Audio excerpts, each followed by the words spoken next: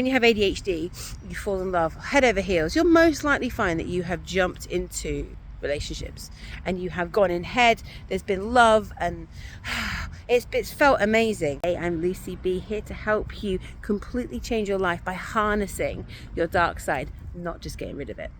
Now, what can happen is, as you know, with all the hits of dopamine and all the hits of serotonin, that actually you and putting the abandonment wounds and the roller coaster, the need for drama, these are all things that you might experience if you resonate with ADHD. Okay, so what can happen is that you get into this relationship and then it's like, oh, and then things start to peter down. Oh, okay, and they, oh, okay, so what's the next thing we're going to do? And either you create drama in a negative way, as in it's arguments and it's finding problems and it's blaming and it's all of these things, or you start doing other things. Oh, let's have a baby, let's plan a wedding, but at some point it gets boring. And that can be the absolute, because there's nothing to fixate on, there's nothing to hyperfixate on. And then also your mask has to drop. And then that person sees all of you. And if that person jumped into the relationship with you and you went in really quickly and everything happened really quickly and all the drama and all the excitement, and then when the excitement wears down, you aren't living on this lovely high anymore, and your mask will drop. And then that person sees all of you.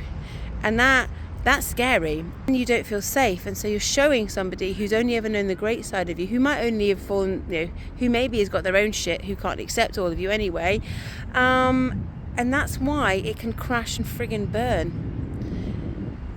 So again, it's seeing yourself, it's knowing what you do, knowing your patterns, and creating something different based on you, not based on what other people do and who you attract, but based on what you're going to do. So when you do have this huge surge of sort of dopamine and serotonin when you first get into a relationship, know that you need to stay in that moment for a bit without doing anything new.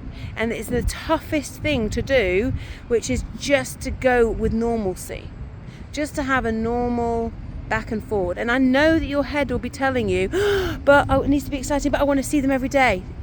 Fight that so much, because for longevity, if you really want a relationship long term, you need to get used to not having to need it, not having to go and do something for you that fills you up. But don't put that, oh my god, that person, I feel all these things. Don't put all the responsibility for the dopamine, the serotonin hits to come from somebody else if you want to have a long-term relationship when you have sort of high level ADHD.